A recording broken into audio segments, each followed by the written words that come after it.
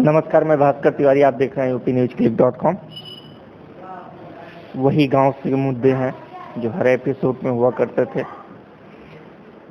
जब लॉकडाउन की शुरुआत हुई तो गांव के हालात क्या थे, और जब अनलॉक हुआ तो गांव के हालात क्या है मौजूदा वक्त में। जो प्रवासी मजदूर शहर से गांव की तरफ आए थे, जब उनको रोजगार उपलब्ध हुआ और सरकार ने दावा किया कि हर प्रवासी मजदूर को उसके गांव में ही रोजगार दिया जा रहा है, तो फिर पलायन करने का नौबत क्यों आया, क्यों उन्हें करना पड़ा शहर की तरफ पलायन। ये सब जानकारी लेने के लिए हम पहुंचे हैं अम्बेडकर नगर के ब्लॉक भीटी के ग्राम सभा धर्मगंज में। हमारे साथ मौजूद हैं यहाँ के प्रधान जी, और हम इनसे पूरी जानकारी लेने की कोशिश करेंगे, नब्ज टटोलेंगे क्या है, क्यों प्रवासी मजदूर को अचानक पलायन करना पड़ा, काम जब उपलब्ध होने के बावजूद भी क्यों पलायन कर गए। प्रधान जी, आपका बहुत बहुत स्वागत है। पहले अपना नाम बताइए। मेरा नाम जितेंद्र कुमार है। मैं धर्मगंज ग्राम पंचायत का प्रधान हूँ। हाँ, आप ही हैं। भाई साहब, ये बताइए आप सबसे पहले कि गांव को सेंट्राइज कितनी बार किया गया। गांव को सेंट्राइज हमने कम से कम 6-7 बार कराई। पहले तो जब शुरुआत में शुरू हुआ तो हमने पहले शुरुआत से पहले ही लॉकडाउन के बाद जब शुरुआत हुआ तो हमने इस प्राथमिक विद्यालय पर जो प्रवासी मजदूर आ रहे थे उनको रहने के लिए स्कूल, इसके लिए कोई सरकार धन आवंटित की थी? नहीं, इसके लिए सरकारी धन का कोई उपयोग नहीं हुआ। कहाँ से हम अपने तरफ से जो है मास्क, सैनिटाइजर, हैंड वॉश सब अपनी तरफ से खर्चा करके सारी जो होती है, जो है हम उन लोगों का भोजन का प्रबंध, जो भी प्रवासी मजदूर आते थे जब तक लॉकडाउन था तब तक उनको उसी विद्यालय में रोका जाता था। 14 दिन बाद उनको घर पे क्वारंटाइन के लिए आदेश दिया गया था। डॉक्टर आते थे, उनकी जांच होती थी। जांच होने के बाद उनको उनके घर पर क्वारंटाइन 1 हफ्ते के लिए, 21 दिन के लिए किया गया। प्रशासन का नियम बदला, उसके बाद होम आइसोलेशन का हुआ, दौर चला। मनरेगा से जो मजदूर आए थे उनके रोजगार की व्यवस्था क्या की गई? उनके रोजगार के लिए हमने चेक रोड का काम शुरू कराया। हमने पंचायत भवन, शासन स्तर से पंचायत भवन आया। हमने उन प्रवासी मजदूरों को रोजगार सरकार के मतलब मनरेगा के तहत उनको रोजगार उपलब्ध कराया। जब उनको रोजगार उपलब्ध कराया गया तो प्लान क्यों कर गए कुछ मजदूर शहर से आए थे, फिर शहर क्यों चले गए? अब सब हम लोग पूरा प्रयास किए, पूरे प्रयास से हम लोग मनरेगा से काम। उनके मनरेगा के मजदूर हमारे यहाँ वर्तमान में 250 मजदूर। एक्टिव कितने? एक्टिव लगभग 200 के करीब में है। 200 मजदूर काम करने जाते हैं। मजदूरों की सबसे ज्यादा परेशानी होती है उनकी समय से भुगतान न होना, मजदूरी उनको न मिल पाना। ये समस्या कहाँ से आती है? ब्लॉक में फीडिंग नहीं होता है कि आप मास्टर लोग आप लोग तैयार करके नहीं भेज पाते? नहीं, बराबर हमारे यहाँ जितना काम हुआ है उतने का पेमेंट हो चुका है।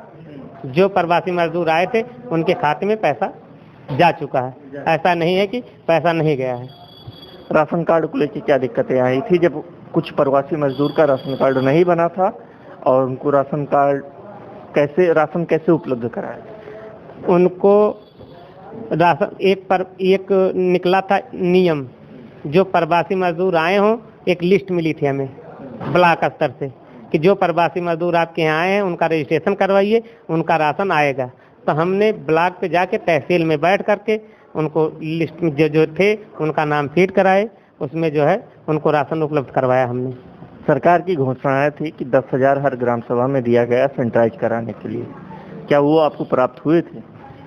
सर, वो तो हम नहीं निकाले थे, लेकिन ये कि हम किस मद में किया गया था? 14वां या राज वित्त से हमने जो है मास्क और सैनिटाइज खरीदे हैं। आप राज वित्त से मास्क, सैनिटाइज का खरीदार किया, हैंड वॉश, ये सब की खरीदारी हमने की है। आशा बहू आपका अकाउंट होता है, उसमें 5 साल में कुछ आपके पैसे आए हैं कि नहीं आए? जी, 10,000 आए थे पिछले वित्तीय वर्ष में। इस वित्तीय वर्ष में आशा के पास खाता है, पास फाइन तो आपकी होती नहीं, पैसा नहीं निकला है इस वित्तीय वर्ष में। इस वित्तीय वर्ष में पैसा नहीं निकला। हाँ। नाम निकाल। अच्छा, हमको पता नहीं, जब हमारे पास पासबुक नहीं थे या अकाउंट नहीं थे तो हमको पता नहीं, वो खाते की देख रेख आशा कर रही हैं।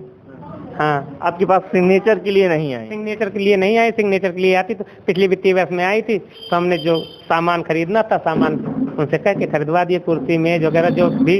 अप्रैल में कोई पैसा आया था? ये हमें जानकारी नहीं है। ये जानकारी नहीं आती। चलिए, दो कोई उपलब्धियां बताइए जो अगले चुनाव में आने वाले आप मैदान में उतरेंगे और वही जनता को कहेंगे इसी बदौलत आप हमें दोबारा चुनिए। कौन सी दो उपलब्धियां? हम तो जनता से यही सड़क और नाली और जो वृद्धा विधवा विकलांग हैं उनका, हम सरकार की जो योजना चल रही है उस पे हम निरंतर प्रयास करके उनका पेंशन और जो भी स्कीम सरकार चल रही उसको हम ला के गाँव रातल पे उतारने का काम करेंगे। उसके बाद उसी मुद्दे पर हम चुनाव लड़ेंगे। चलिए, बहुत बहुत धन्यवाद। ये थे हमारे साथ ग्राम धर्मगंज के प्रधान जी, जिन्होंने जानकारी दी। मेन मुद्दा यही है कि किसी गांव की समस्या जो होती है वो सबसे नाली खड़ंजे और पानी निकासी को लेके होती है। बरसात का पानी जो है जब होती है बरसात तो गांव का पानी निकासी नहीं हो पाता है और रास्ते में कीचड़ का दिक्कत होता है सबसे ज़्यादा। प्रमुखता यही काम है कि प्रधान जी यही काम करवाए हैं। जो गांव के रास्ते थे उसे मुख्य मार्ग से जोड़ने का काम किया है। सरकार की जो भी योजनाएं आई उसे धरातल पर उतारने का पूरा प्रयास किए हैं और जो नहीं हो पाया है अगले काल में अगर जनता इनको दोबारा चुनती है तो कराने का पूरा प्रयास करेंगे। धन्यवाद।